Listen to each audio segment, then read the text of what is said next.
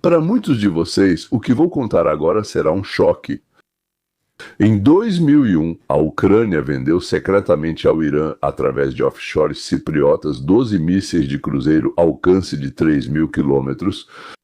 Pensem nisso, 3.000 quilômetros até onde esses mísseis poderiam chegar. Esses mísseis foram feitos para uma única tarefa: alcançar Israel a partir do Irã. 12 unidades, todos sabiam, compradores e vendedores. O dinheiro foi para o orçamento ucraniano, mas talvez não tenha ido tudo. Em maio de 2026, há 27 dias, o presidente dessa mesma Ucrânia escreve uma carta pessoal ao presidente dos Estados Unidos da América. Na carta, há um único pedido: deem-nos os mísseis Patriot, ou seja, como eles são chamados, PAC-3, com o que interceptar drones e mísseis iranianos que a Rússia lança contra nossas cidades. O que a Ucrânia vendeu para o Irã para atirar em Israel agora está sendo usado para atirar na Ucrânia. A única coisa que pode salvar a Ucrânia é a vitória de Israel sobre o Irã. Hoje vou contar para vocês como todos nós acabamos nessa armadilha. Se é karma ou geopolítica, eu não sei. Mas a simetria é impressionante, não é assim? Vamos dar uma olhada na história das relações da Ucrânia com o Irã, desde a formação da nova Ucrânia, naturalmente, após a dissolução da União Soviética. 1991, o Irã foi o primeiro a reconhecer a independência da Ucrânia. Isso foi em dezembro. Anos 90, 8 visitas ministeriais entre Irã e Ucrânia. O presidente Kravchuk em Teherã. Irmãos gêmeos, nos beijamos de língua. Ano de 1992. A Ucrânia vende ao Irã 8 mísseis antinávio Mosquite, Sunburn. Do nosso jeito. 2001, isso já é o Kushma, né? A Ucrânia vende secretamente ao Irã 12 mísseis de cruzeiro, esses mesmos X-55, 3.000 quilômetros, ou seja, capazes de atingir Israel diretamente do Irã, documentado. O dinheiro passava por offshores em Chipre. Obrigado, queridos ucranianos. Recebemos o seu recado.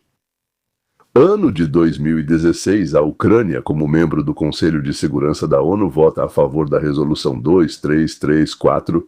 Esses números não dizem nada para vocês? Só números, né? Condenando os assentamentos israelenses. E o Ministério das Relações Exteriores da Ucrânia declara publicamente que o que Israel faz em Gaza é comparável à ocupação da Crimeia. Israel, claro, cancela de imediato a visita do primeiro-ministro ucraniano. Em novembro de 2022, a Ucrânia vota a favor de encaminhar ao Tribunal Penal Internacional a questão da ocupação dos territórios palestinos por Israel. Onde eles encontraram territórios palestinos? Israel chamou o embaixador para esclarecimentos e foi informado da necessidade desse procedimento. Em retaliação, Israel não apoia a resolução sobre as reparações que a Rússia deve pagar à Ucrânia. Diz: não apoiamos. Em dezembro de 2022, Netanyahu liga para Zelensky. A Ucrânia não comparece à próxima votação anti-Israel. Você fala da votação? Note que não vota a favor de Israel. Mas não comparece à votação, e eu me lembro bem de como, ao chegar em Israel e discursar no Knesset, Zelensky dizia: eu sou igual a vocês. Somos irmãos, meus avós, junto com os seus avós, sofreram com o antissemitismo. Eu amo Israel. Israel deve existir porque é o verdadeiro lar do povo judeu, ao qual eu também pertenço. E aí depois disso você pensa, por que os ucranianos acham que Israel e até mesmo os judeus em geral podem apoiá-los na luta contra a Rússia, com a qual, aliás, Rússia, Ucrânia e junto com o Irã? Eles estão sempre votando para que Israel seja julgado, para que os israelenses sejam julgados, expulsos, para que não nos deixem viver normalmente e para que os israelenses não tenham o direito de resistir. Ou seja, responder. Ou seja, dizem que nos amam, mas votam o tempo todo contra nós. Para sua informação, dados totalmente oficiais do chamado ONU Watch. De 2015 a 2025, Ucrânia a favor de Israel. 0 votos. Contra 75%, abstiveram-se 25%, 0 a favor de Israel. Ou seja, 122 resoluções nenhuma vez. Nunca votaram a favor de Israel. E esse é o verdadeiro amigo. E naturalmente a Ucrânia recebeu o troco. O Irã imediatamente traiu a Ucrânia. Ou seja, até a Ucrânia traiu Israel. Bem, na vida política isso se chama bumerangue. Shahed, bem, é principalmente o Shahed 136, o elemento principal da campanha aérea russa contra a Ucrânia. Ou seja, o Irã é o principal fornecedor aéreo da guerra contra a Ucrânia.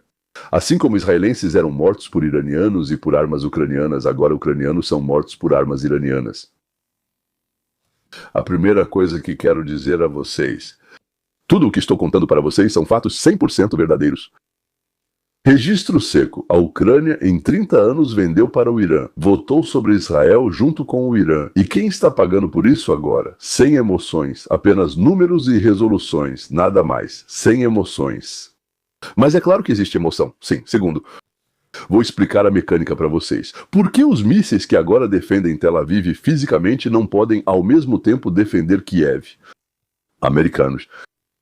E como isso faz da guerra Israel-Irã o principal fator para agravar a situação na Ucrânia? Permanência. Terceiro, o mais desconfortável. Por que a Ucrânia, formalmente na tribuna da ONU, ainda vota contra Israel, e não de forma informal?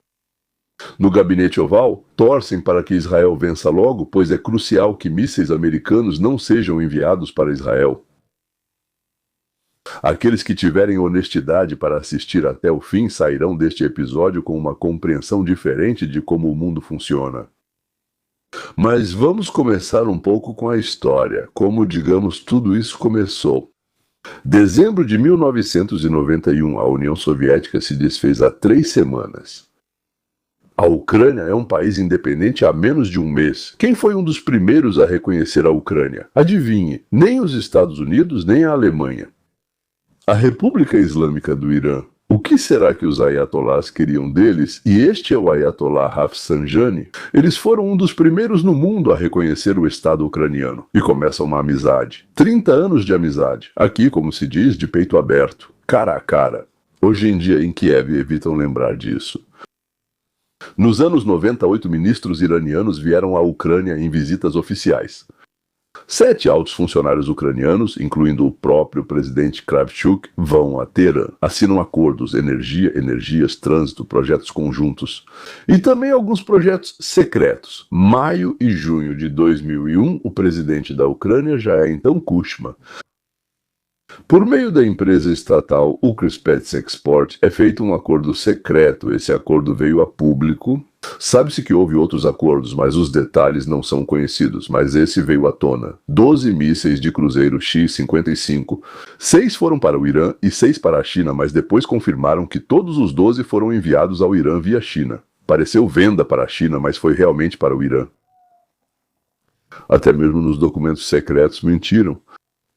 O alcance de cada uma, como já falei, é de 3.000 quilômetros, ou seja, um míssil lançado do centro do Irã alcança Tel Aviv. E foi exatamente isso que ela fez. Esses são mísseis que na época soviética carregavam ogivas nucleares. Agora estão sem as ogivas, mas com os encaixes prontos para elas.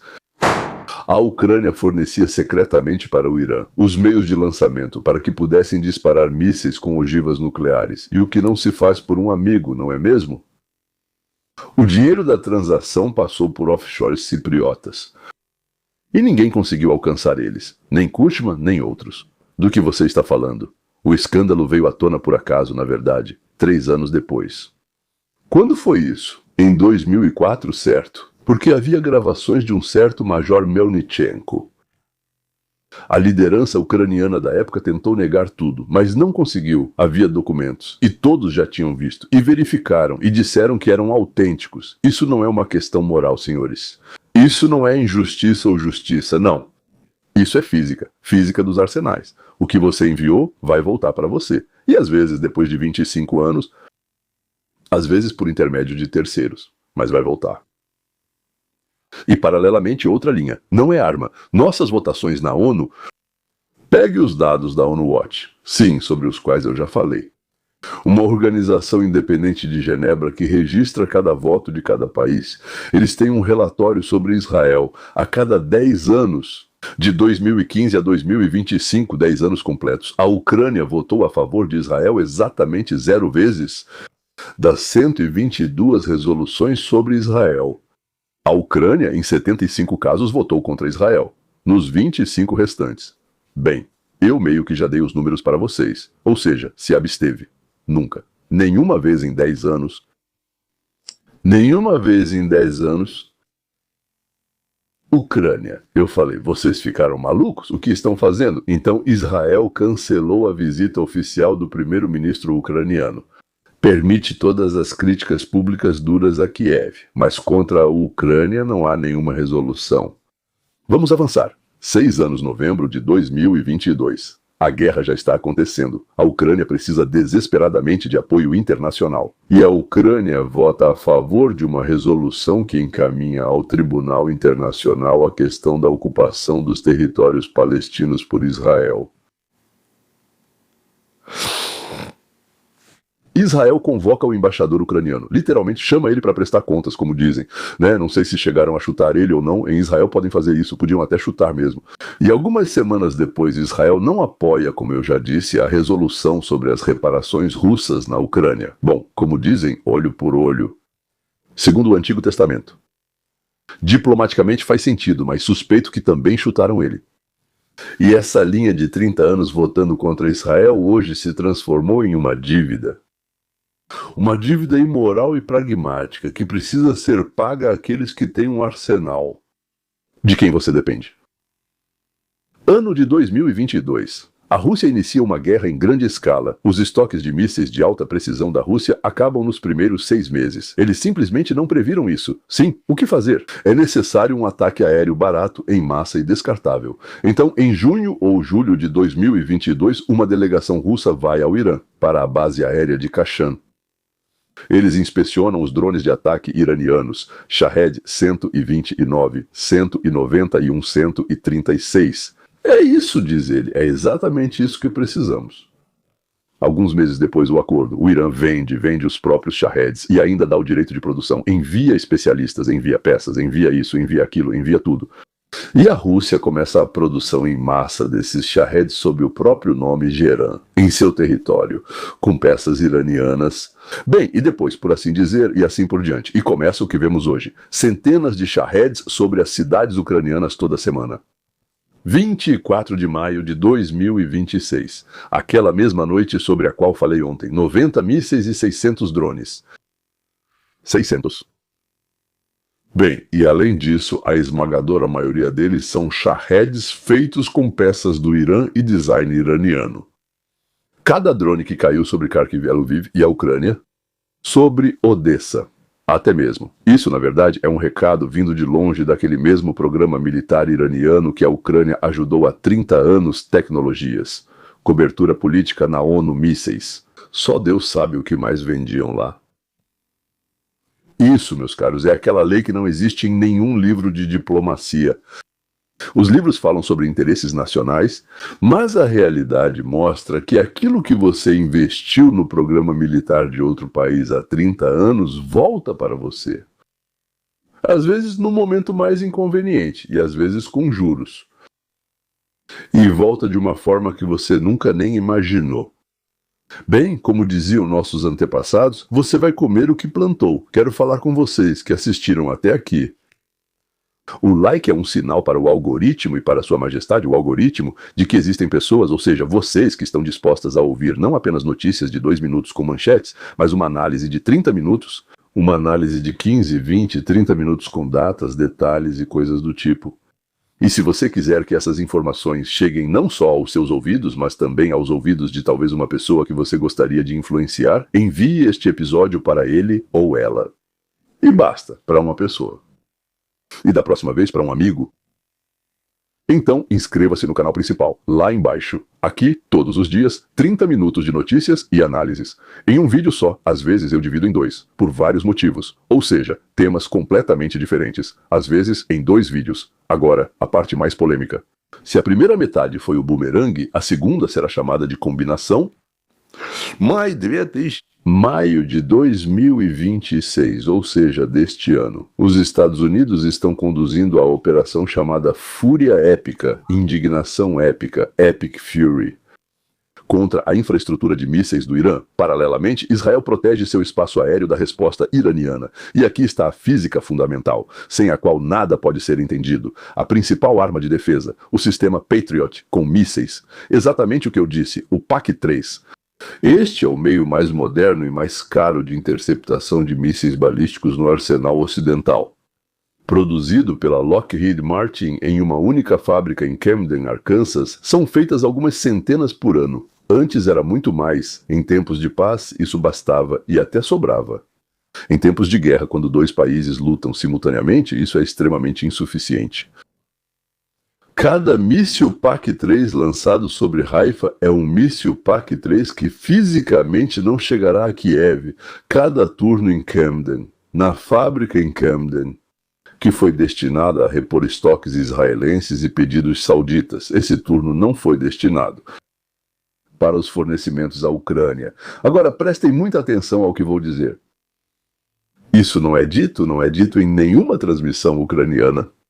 Quanto mais tempo durar a guerra no Irã, menores são as chances de a Ucrânia sobreviver a este inverno.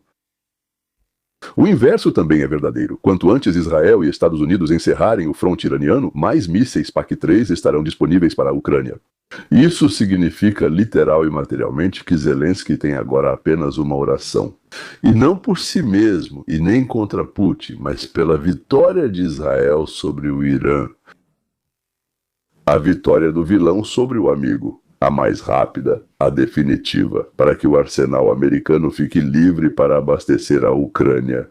Zelensky nunca vai dizer isso. Publicamente, claro, né? 30 anos de votos contra Israel pesam como um fardo. Ou seja, pelo menos no Ministério das Relações Exteriores da Ucrânia. Na verdade, claro, até em instâncias mais altas. Não consigo nem dizer isso em voz alta, mas na carta que eu enviei, acho que é da Stefanishina, meu Deus, Stefanishvili, Stefanishina. Nesta quarta-feira, ela levou para a Casa Branca e para o Congresso. É exatamente isso que se lê nas entrelinhas. Perguntem a si mesmos, meus queridos, em que outro mundo, além deste real, é possível ver um país, 30 anos votando contra Israel, que agora depende da vitória militar de Israel para sua própria sobrevivência, contra quem a Ucrânia foi amiga por 30 anos e, como se diz, se beijava apaixonadamente, boca com boca. É aqui que começa mais uma camada. Infelizmente doloroso para os patriotas ucranianos, mas é a verdade. Israel não é bobo. Pode-se falar coisas horríveis, coisas terríveis, chamar os judeus de nomes ofensivos, de ferozes, seja lá o que for, né? Mas não é bobo. A liderança israelense se lembra. E 2001, e 2016, e 2022, cada votação. E lembra que em fevereiro de 2025, Israel votou pela primeira vez durante toda a guerra na ONU contra a resolução que defendia a integridade territorial da Ucrânia. Bem, lá, junto com os Estados Unidos e junto com a Rússia. O embaixador ucraniano afirmou ser difícil compreender isso. Eu vou explicar agora como é fácil de entender isso. Não há nada de metafísico nisso. Este é um exercício didático da Escola Realista de Relações Internacionais. Um Estado que vota contra você por 30 anos não recebe sua ajuda, mesmo quando está em guerra. Ponto final. Não recebe sua ajuda quando está em guerra, então você não recebe ajuda quando a guerra é com você. Isso não é maldade, isso é pragmatismo. Israel, além disso, joga outra partida complexa. Em Israel vivem quase 1 milhão de judeus de língua russa. Israel historicamente mantinha um canal de segurança em relação à Síria e ao Líbano através do comando aéreo russo. Um telefonema para Putin, mas os aviões israelenses não poderão permanecer sobre Damasco. Esse é um preço alto demais por uma guerra que não é nossa. Ainda mais por uma guerra de um país que te prejudicou de todas as formas, digamos assim, certo? Por isso Israel nunca, em nenhum momento nesses 4 anos, forneceu à Ucrânia sequer uma única domo de ferro. Nenhum PAC-3 apenas ajuda humanitária e medicamentos. Enquanto isso, para os árabes sunitas no Golfo Pérsico, eles fornecem. Bem, não PAC naturalmente, sim, elementos da cúpula de ferro, e isso, por sua vez, acumula naturalmente ainda mais ressentimento ucraniano contra os judeus.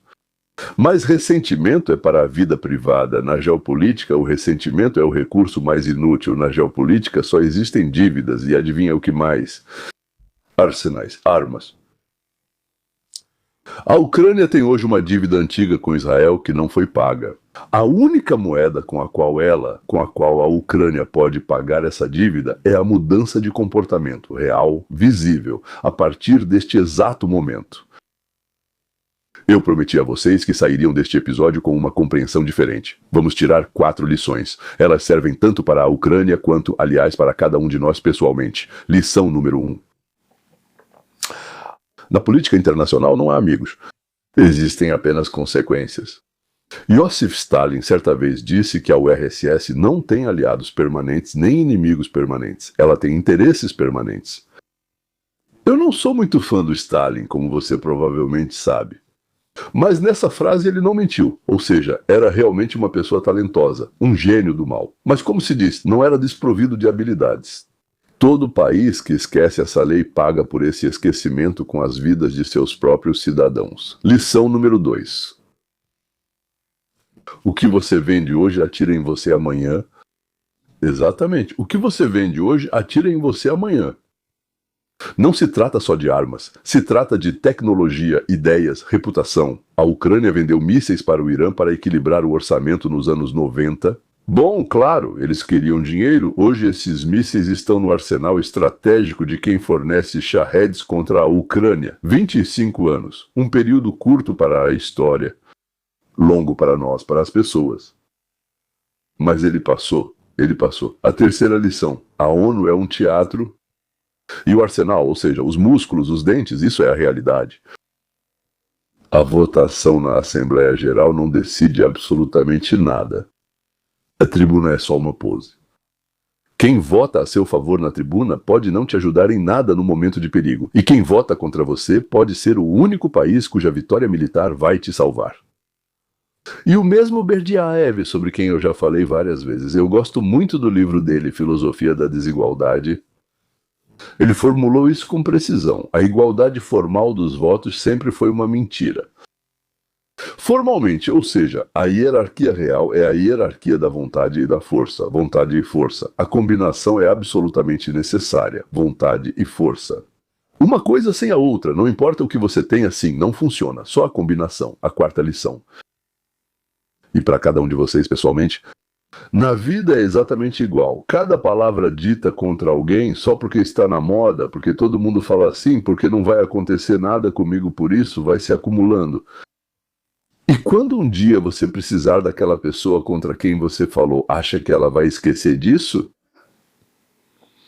Isso, meus queridos, é esse pequeno esforço de olhar para si mesmo do qual falo todos os dias. Meçam as palavras. Levem em conta a voz de vocês. Não os votos na ONU, mas a voz de vocês nas pequenas conversas. Elas também contam, elas também se acumulam, elas retornam. Eu não gosto de terminar com pessimismo, como vocês sabem, então uma última virada. A Ucrânia tem um caminho? Sim. É muito simples. Sabe, tudo que é simples sempre é difícil de inventar, não é? A gente tem algo tão simples que estava bem debaixo do nosso nariz, não é? A primeira coisa na ONU, parar de votar contra Israel. Só parar. Nem precisa votar a favor. Agora vai parecer que é algo tipo comprado, sabe? Uma necessidade, não é? Se abstenham. Pelo menos se abstenham. Toda vez. Como fizeram em setembro de 2024 em relação a Jerusalém. Isso já vai ser uma mudança.